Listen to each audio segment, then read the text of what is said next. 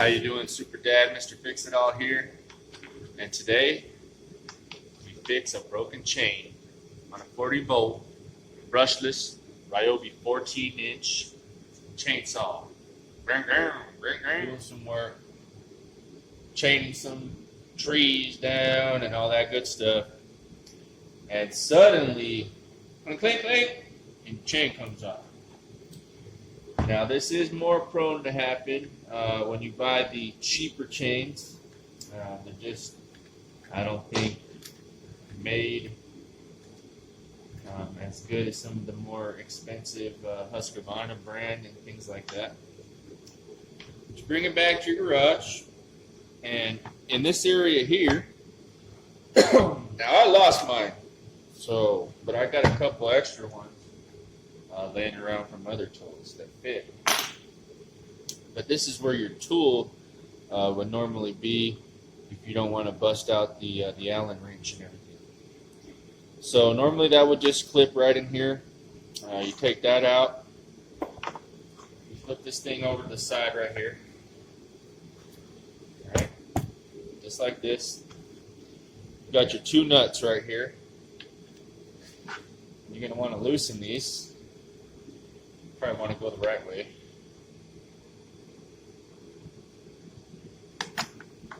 Alright. Go ahead and take that out. Get some gloves on. This gets kind of oily. You put that chainsaw oil in there, it just kind of goes all over the chain and then starts to get all over everything, and then with the sawdust, becomes a nice happy mess for you to clean up later. Alright.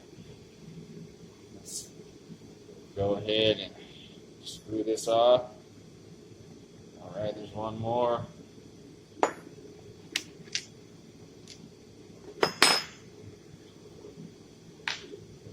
So then you pull this off.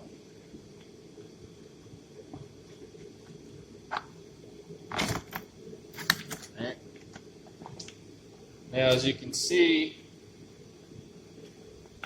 there's all kinds of gunk and all kinds of yummy stuff in here. You know, I don't know. I don't think there's any real standard for getting gunk out of your stuff. But, you know, you're definitely going to want to clean this. You know, as all this gunk starts to accumulate. You know, I mean, I'm not an expert or anything, but I think that, you know, it starts to get stuck in the rails, which guide your actual chain, and then, you know, makes it a little slower, prone to get stuck, and possibly pop out.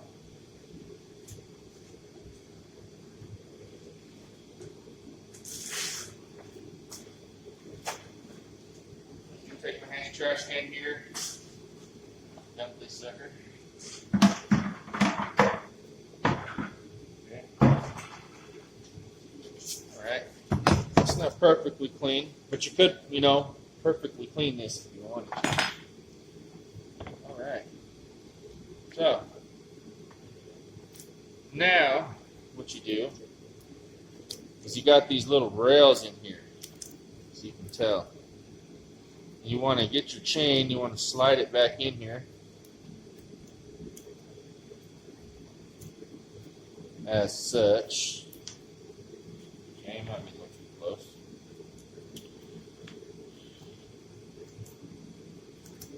That was pretty simple. You also want to make sure that your teeth are going the right way.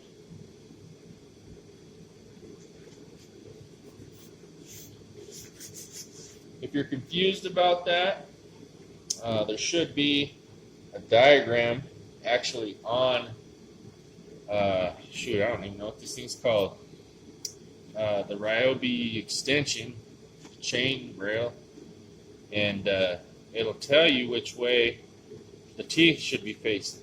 So as you can see, you got your rectangle type tooth, and it's pointing that way just like there, and you got your actual other tooth, smaller tooth facing left or back of the saw. So it's on right. Okay, this is pretty simple stuff. All right. Now just slide this on here. Make sure that your teeth actually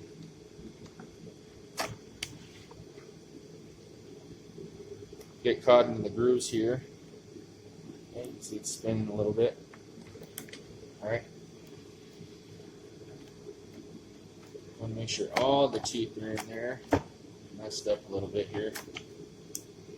Come on now. So let's make sure all of our teeth are in there. Put it back on there.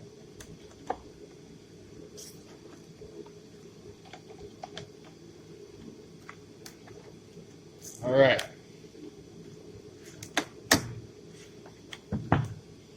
Now it's nice and straight.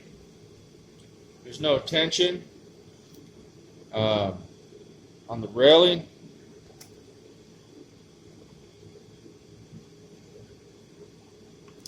Slide this back on here.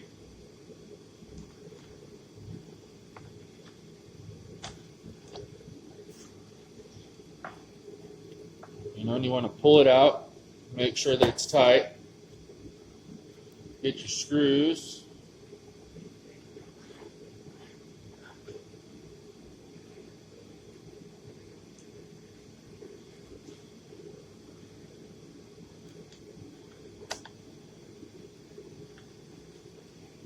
Tighten that up.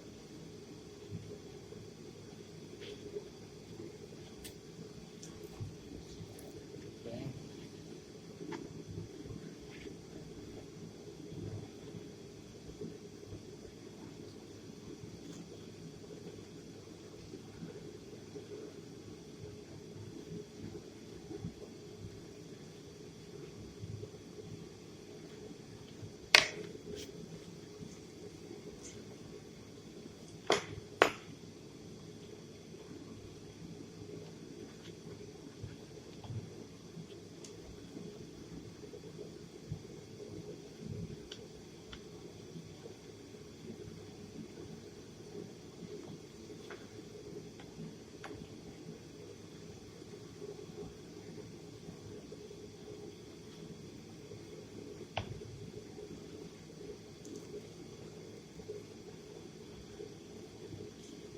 All right, nice and tight. Tight where I'm going to bust it. Now, this is an okay model. You know, I got it for a fair price. It is made in China. You don't have to buy gas or worry about oil, pre-mixing, or any of that stuff. So it's convenient and saves you time in that aspect.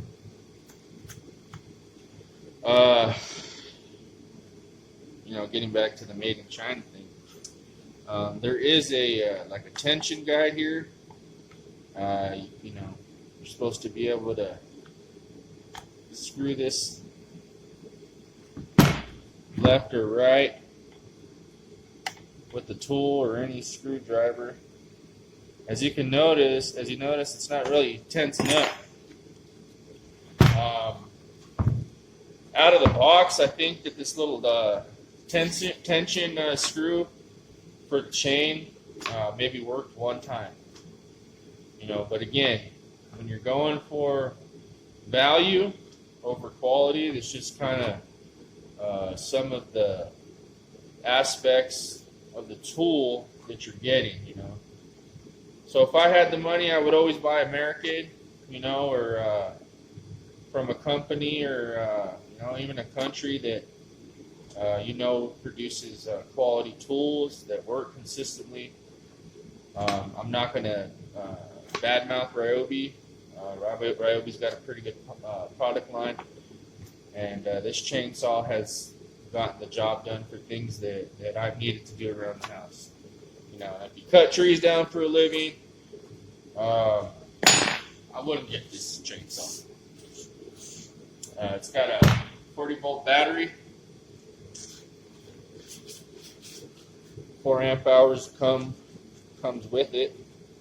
It's got the gives you how much juice is left. I can't remember, but it takes, I don't know, about an hour or so to get back up to full juice, maybe 2 hours. Pretty heavy.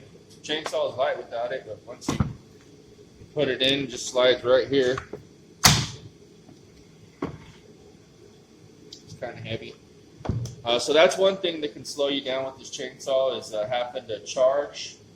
I happened to buy the Ryobi lawnmower that also came with a similar battery, and so I usually have another battery on standby so I can just swap it out. I probably get like a good 20 to 25 minutes of cut time, and with 2 batteries I can get about an hour of cut time, and then go take a break and come back out or start again. If you wanted to, swap batteries constantly, you might need to buy a generator or some kind of a solar power inverter for that. I live on 2 acres, so I usually just do 1 session of cutting. I got a bunch of firewood out there. Anyways, oil goes in here. Oil flows down through here as the chain is turning. It releases onto the chain, so your chain don't burn up as fast. Relatively safe. It's got this little mechanism here. And yeah, man, it's a pretty good chainsaw. And you don't got to pay for gas.